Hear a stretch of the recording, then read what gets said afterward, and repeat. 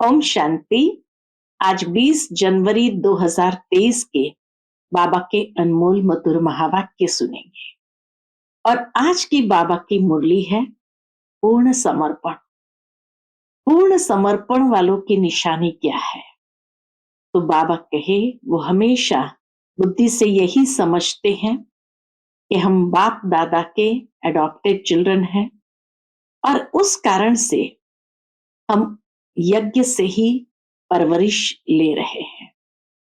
यज्ञ से ही हमारी पालना हो रही है। माता पिता हमारी पालना कर रहे हैं।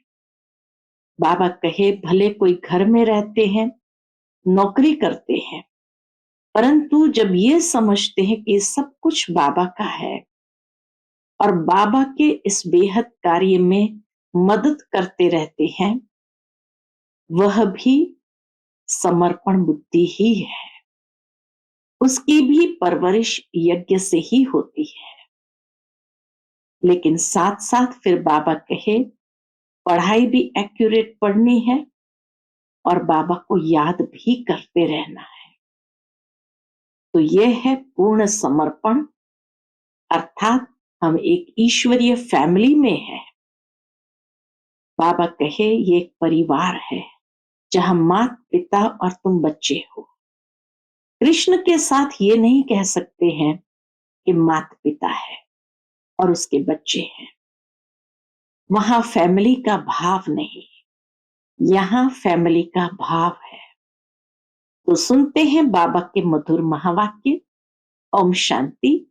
मीठे बच्चे, तुम पीस स्थापन करने के निमित्त हो, इसलिए बहुत बहुत पीस में रहना है। बुद्धि में रहे कि हम बाप के एडॉप्टेड बच्चे, आपस में भाई बहन है। प्रश्न है आज की मुरली से, पूरा सरेंडर किसे कहेंगे? उसकी निशानी क्या होगी?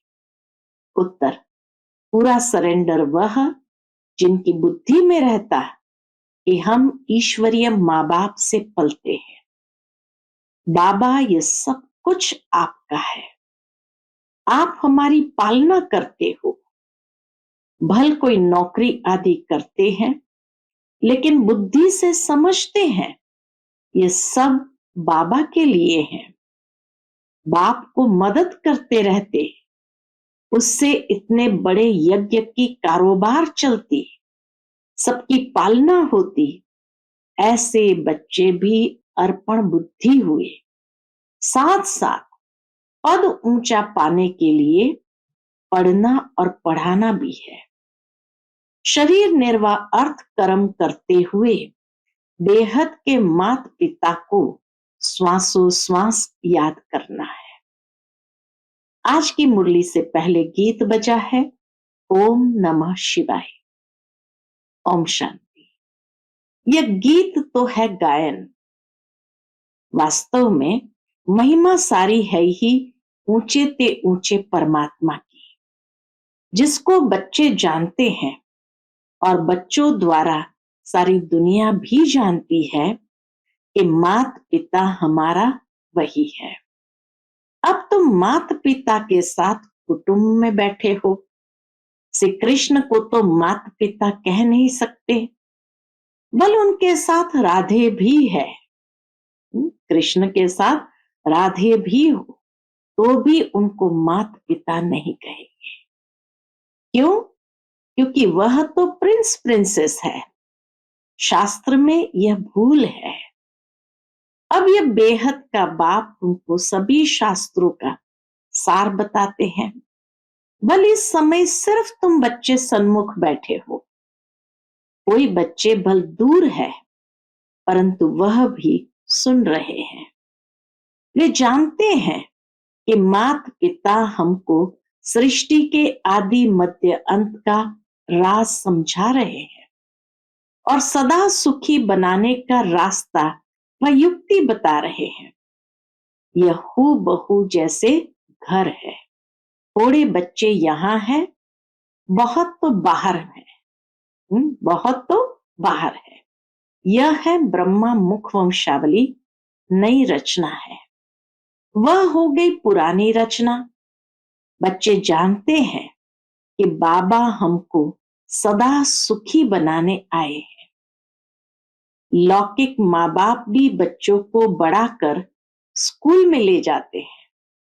यहाँ बेहद का बाप हमको पढ़ा भी रहे हैं, हमारी पालना भी कर रहे हैं। तुम बच्चों को अब एक के बिगर दूसरा कोई रहा ही नहीं है। माँ बाप भी समझते हैं कि हमारे बच्चे हैं। लौकिक कुटुंब होगा तो 10-15 बच्चे होंगे, 2-3 शादी की होंगी। यहाँ तो यह सब बाबा के बच्चे बैठे हैं। जितने भी बच्चे पैदा करने हैं सो अभी ही ब्रह्मा मुख कमल द्वारा करने हैं। पीछे तो बच्चे पैदा करने ही नहीं है, सभी को वापस जाना है। बाबा को कोई बच्चे पैदा करना ही नहीं, वापस जाना है। ये एक ही एडॉप्टेड माता निमित्त है। ये बड़ी वंडरफुल बात है। यह तो जरूर है, गरीब का बच्चा समझेगा कि हमारा बाप गरीब है। शाहूकार का बच्चा समझेगा कि हमारा बाप शाहूकार है। वह तो अनेक माँ बाप है, यह तो सारे जगत का एक ही माता पिता है। तुम सभी जानते हो कि हम उनके मुख से एडॉप्ट हुए हैं। यह हमारा पारलौकिक माँ बाप है। यह आते ही पुरानी सृष्टि में है, जब मनुष्य बहुत बहुत दुखी होते हैं। बच्चे जानते हैं कि हमने इस पारलौकिक माता पिता की गोद ली है। हम सब आपस में भाई बहन हैं, दूसरा कोई हमारा संबंध नहीं है। तो भाई बहन को आपस में बहुत मीठा, रॉयल, पीसफुल, नॉलेजफुल, ब्लिसफुल बनना चाहिए।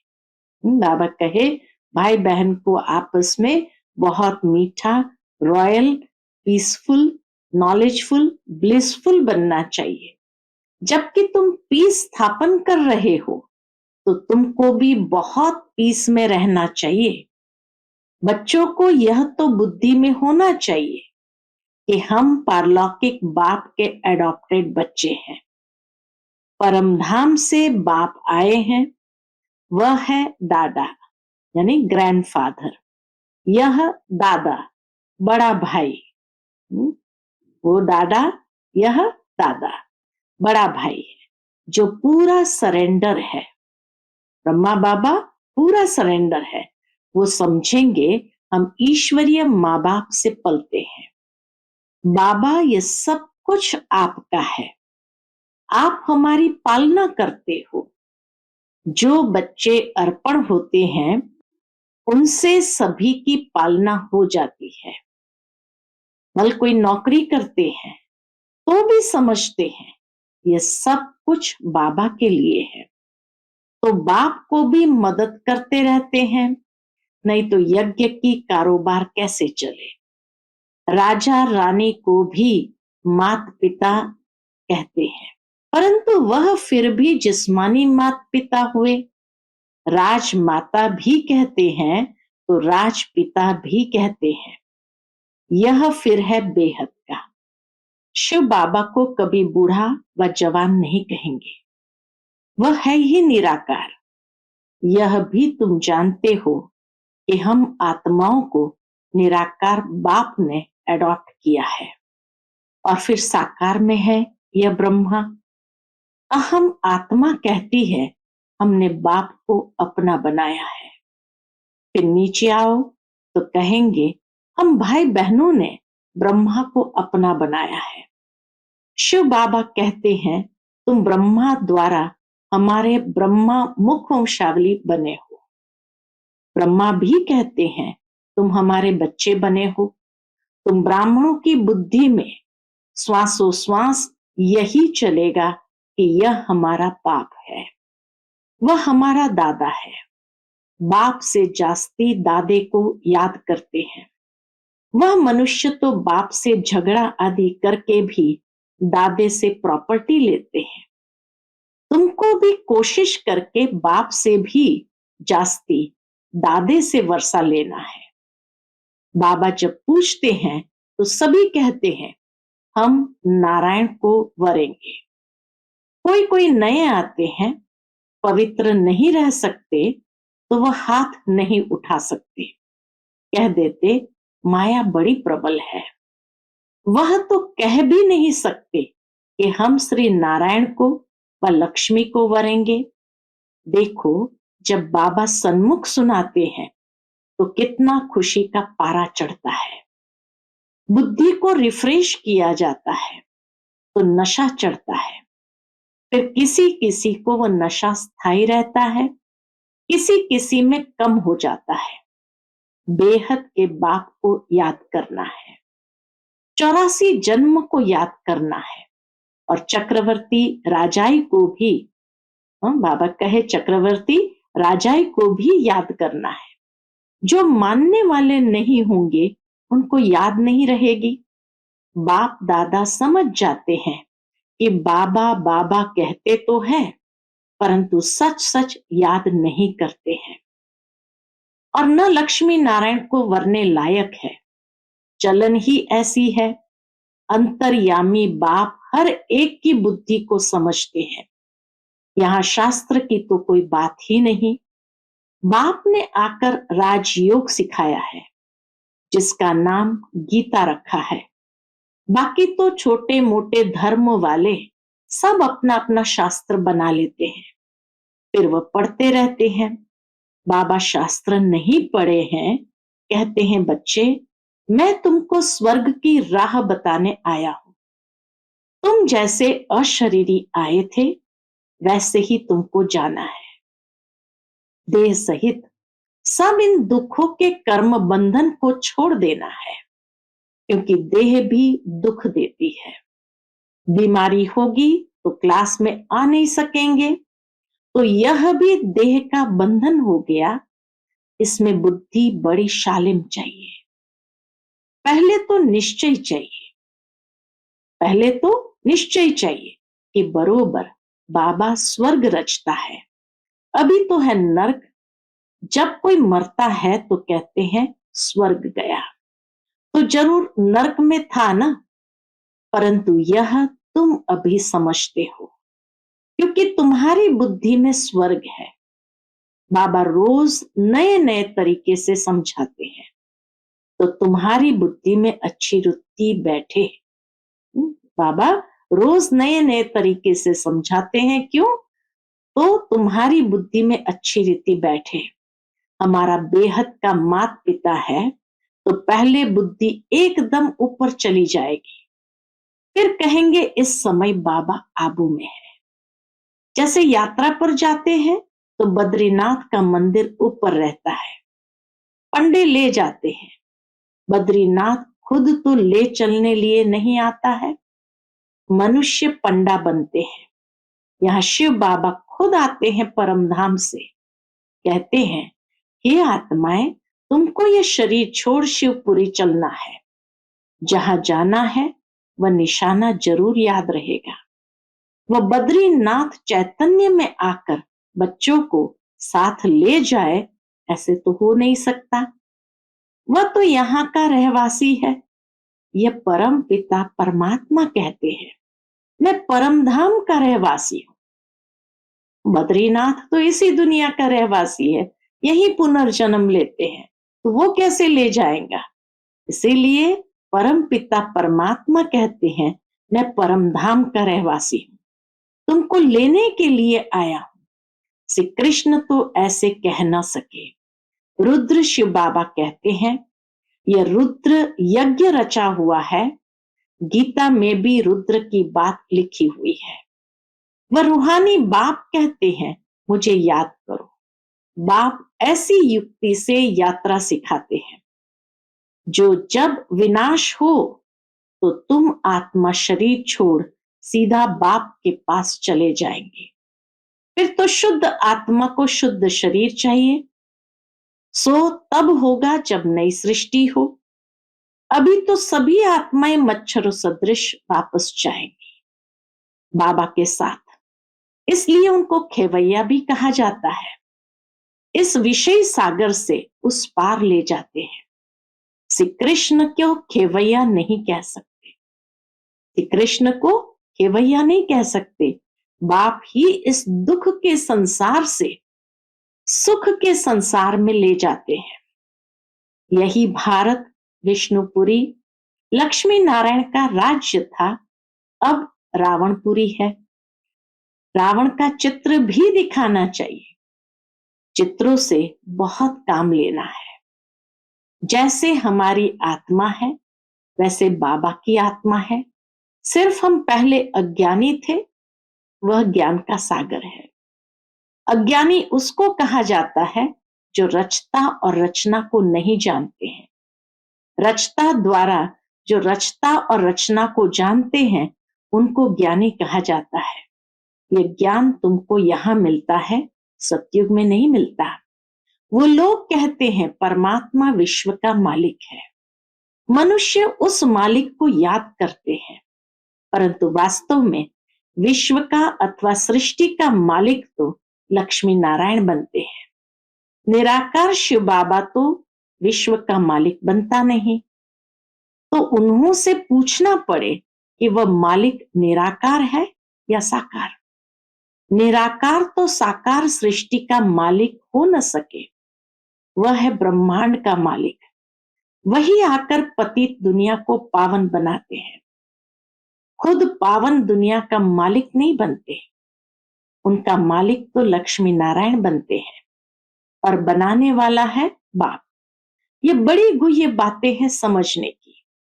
हम आत्मा भी जब ब्रह्म तत्व में रहती है तो ब्रह्मांड के मालिक है। जैसे राजा रानी कहेंगे हम भारत के मालिक हैं, तो प्रजा भी कहेगी हम मालिक हैं, वहां रहते तो है ना। वैसे बाप ब्रह्मांड का मालिक है, हम भी मालिक ही ठहरे। फिर बाबा आकर नई मनुष्य सृष्टि रचते हैं, कहते हैं मुझे इस पर राज्य नहीं करना है। शिव बाबा कहते मुझे इस पर राज्य नहीं करना है, मैं मनुष्य नहीं बनता हूं, मैं तो ये शरीर भी लोन लेता हूं। तुमको सृष्टि का मालिक बनाने राजयोग सिखाता हूं। तुम जितना पुरुषार्थ करेंगे उतना पद ऊंचा पाएंगे, इसमें कमी मत करो। टीचर तो सभी को पढ़ाते हैं, अगर इम्तिहान में बहुत पास होते हैं तो टीचर का भी शो होता है, फिर उनको गवर्नमेंट से लिफ्ट मिलती है। यह भी ऐसे हैं, जितना अच्छा पढ़ेंगे उतना अच्छा पद मिलेगा, माँ बाप भी खुश होंगे।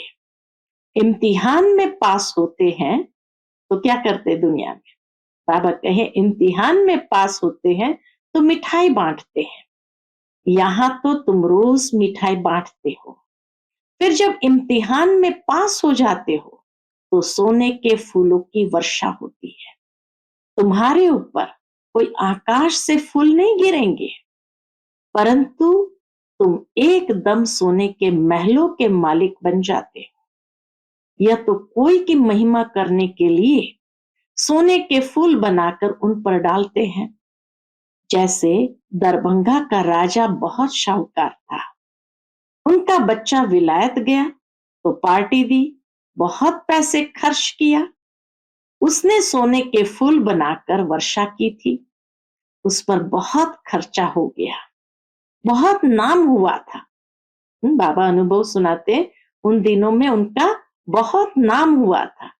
कहते थे देखो भारतवासी कैसे पैसे उड़ाते हैं, तुम तो खुद ही सोने के महलों में जाकर बैठेंगे, तो तुमको कितना नशा रहना चाहिए। बाप कहते हैं सिर्फ मेरे को और चक्र को याद करो तो तुम्हारा बेड़ा पार हो जाएगा। कितना सहज है। तुम बच्चे हो चैतन्य परवाने, बाबा है चैतन्य क्षमा। तुम कहते हो अभी हमारा राज्य स्थापन होना है, अब सच्चा बाबा आया हुआ है भक्ति का फल देने। बाबा ने खुद बतलाया है मैं कैसे आकर नए ब्राह्मणों की सृष्टि रचता हूं। मुझे जरूर आना पड़े, तुम बच्चे जानते हो हम ब्रह्मा कुमार और कुमारियां हैं, शिव बाबा के पुत्र हैं। ये फैमिली है वंडरफुल। कैसे देवी देवता धर्म का कलम लग रहा है। झाड़ में क्लियर है, नीचे तुम बैठे हो। तुम बच्चे कितने सौभाग्यशाली हो। मोस्ट बिलवेड बाप बैठ समझाते हैं कि मैं आया हूं तुम बच्चों को रावण की जंजीरों से छुड़ाने। रावण ने तुमको रोगी बना दिया है। अब बाप कहते हैं मुझे याद करो, अर्थात शिव बाबा को याद करो। इससे तुम्हारी ज्योति जगेगी, फिर तुम उड़ने लायक बन जाएंगे। माया ने सबके पंख तोड़ डाले हैं। अच्छा, मीठे मीठे सिकिलते बच्चों प्रति माता पिता बाप दादा का याद प्यार और गुड मॉर्निंग। रूहानी बाप की रूहानी बच्चों को नमस्ते। हम सब रूहानी बच्चों की रूहानी माता पिता बाप दादा को याद प्यार गुड मॉर्निंग और नमस्ते। नमस्ते, शुक्रिया बाबा, शुक्रिया। आज की मुरली से धारणा के लिए मुख्य सार है। पहली पॉइंट, बुद्धि को शालिम बनाने के लिए देह में रहते देह के बंधन से न्यारा रहना है। अशरीरी बनने का अभ्यास करना है। बीमारी आदि के समय भी बाप की याद में रहना है। दूसरी पॉइंट, पारलौकिक माता पिता के बच्चे बने हैं, इसलिए बहुत बहुत मीठा, रॉयल, पीसफुल, नॉलेजफुल और ब्लिसफुल रहना है। पीस में रह पीस स्थापन करनी है। आज का बाप दादा का मधुर वरदान हम बच्चों के प्रति है। रूहानियत के साथ रमणीकता में आने वाले मर्यादा पुरुषोत्तम भव। रूहानियत के साथ रमणीकता में आने वाले मर्यादा पुरुषोत्तम भव। कई बच्चे हंसी मजाक बहुत करते हैं और उसे ही रमणीकता समझते हैं। वैसे रमणीकता का गुण अच्छा माना जाता है, लेकिन व्यक्ति, समय, संगठन, स्थान, वायुमंडल के प्रमाण रमणीकता अच्छी लगती है। यदि इन सब बातों में से एक बात भी ठीक नहीं तो रमणीकता भी व्यर्थ की लाइन में गिनी जाएगी और सर्टिफिकेट मिलेगा कि यह हंसाते बहुत अच्छा है लेकिन बोलते बहुत है। इसलिए हंसी मजाक अच्छा वह है जिसमें रूहानियत हो और उस आत्मा का फायदा हो। सीमा के अंदर बोल हो, तब कहेंगे मर्यादा पुरुषोत्तम। आज का स्लोगन है, सदा स्वस्थ रहना है तो आत्मिक शक्ति को बढ़ाओ। सदा स्वस्थ रहना है तो आत्मिक शक्ति को बढ़ाओ। अच्छा, ओम शांति।